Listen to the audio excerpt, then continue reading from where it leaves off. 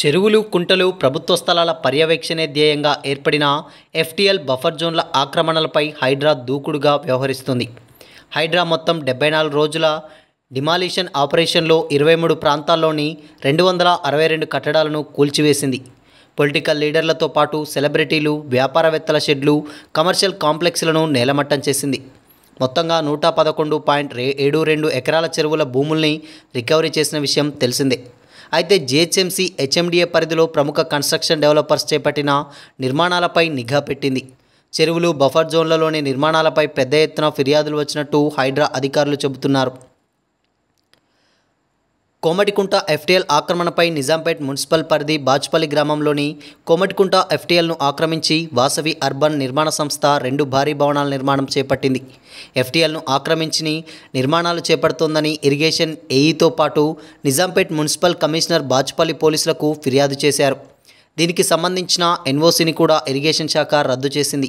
కాగా సంబంధిత నిర్మాణాలకు హెచ్ఎండిఏ అధికారులు అనుమతిచ్చారని నిర్మాణ సంస్థ హైకోర్టుకు వెళ్ళింది.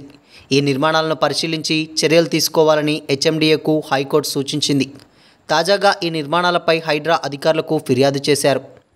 కోమటికుంట ఎఫ్టీఎల్ ఆక్రమణపై వచ్చిన ఫిర్యాదు ఆధారంగా హైడ్రా, ఇరిగేషన్ అధికారులు సంయుక్తంగా సర్వే చేశారు. చెరువు విస్తీర్ణం, ఎఫ్టీఎల్కు సంబంధించిన ఎకరం స్థలంలో 2 భారీ నిర్మాణాలను అధికారులు పరిశీలించారు. హెచ్ఎండిఏ అధికారులు ఇచ్చిన అనుమతులు, ఇరిగేషన్ శాఖ అధికారులు ఇచ్చిన ఎన్ఓసీ, ఆ తర్వాత ఎన్ఓసీ రద్దు వంటి అంశాలను హైడ్రా అధికారులు అధ్యయనం చేస్తున్నారు. చెరువులు, కుంటలకు సంబంధించిన ఎఫ్టీఎల్ బఫర్ జోన్ల ఆక్రమణల విషయంలో పలు నిర్మాణ సంస్థలు కోర్టుకెళ్లడం, స్టేలు తీసుకున్న అంశాలపై పరిశీలించడంతో లీగల్ ఒపీనియన్ కోసం ప్రత్యేకంగా లీగల్ టీంను సైతం ఏర్పాటు చేయాలని హైడ్రా నిర్ణయించింది.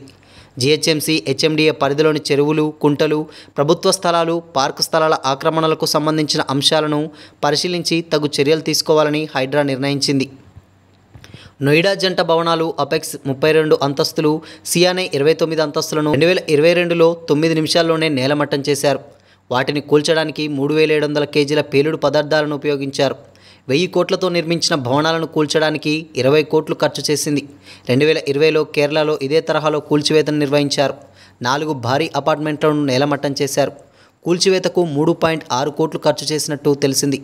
కోమటికుంట ఎఫ్టీఎల్ ఆక్రమించి నిర్మించిన 23 అంతస్తుల భవనాలను నోయిడా తరహాలో కూల్చేయడానికి హైడ్రా అధికారులు కసరత్తు చేస్తున్నట్టు తెలిసింది. అందుకు ఖర్చుతో నిమిత్తం లేకుండా మోడ్రన్ మిషన్ల కోసం త్వరలోనే టెండర్లు పిలవాలని నిర్ణయించింది. రోజుల తరబడి కాకుండా గంటల వ్యవధిలో ఆక్రమణ నిర్మాణాలను నేలమట్టం చేసే విధంగా యంత్రాలను హైడ్రా సేకరించింది. బీజేపీ నేత సతీష్ కోమటికుంట ఎఫ్టీఎల్ను ఆక్రమించి వాసవి సంస్థ చేపట్టిన అక్రమ నిర్మాణాలను కూల్చేయాలని నిజాంపేట్ బీజేపీ నాయకుడు ఆకుల సతీష్ డిమాండ్ చేశారు.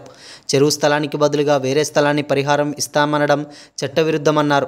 అనుమతులిచ్చిన హెచ్ఎండిఏ అధికారులపై చర్యలు తీసుకోవాలని కోరారు. జలవిహార్పై చర్యలు కూడా పర్యావరణానికి విఘాతం కలిగిస్తున్న జలవిహార్లో అక్రమ కట్టడాలపై చర్యలు తీసుకోవాలని సిపిఐ జాతీయ కార్యదర్శి సయ్యద్ అజీజ్ పాషా, కార్యవర్గ సభ్యురాలు పశ్య పద్మ, రాష్ట్ర సహాయక కార్యదర్శి బాలమల్లేష్ డిమాండ్ చేశారు. ఈ మేరకు బుధవారం హైడ్రా కమిషనర్ రంగనాథ్ను కలిసి వినతిపత్రం అందజేశారు.